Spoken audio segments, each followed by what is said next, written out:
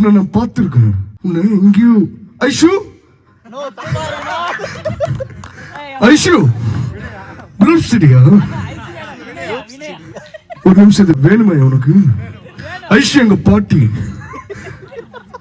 நீங்க டிக்டாக் பண்றதை பார்த்தேன்னு சொன்னேன். தப்பா நினைக்கிறீங்க இல்ல? இந்த இந்த இந்த செக்ஷன் சொன்னதுக்கு பசங்க என்ஜாய் பண்ணலாம். ஐஷு அதோட பாலை அந்த பாலை கட்டி நல்லா கறந்து வளரே மாப்பிள்ளைக்கு கேள்வியா கேட்கிறேன். வெறும் டீ குடிக்கிறவங்க கேள்ற கேள்வியை நீங்க என்ன சொல்றீங்க?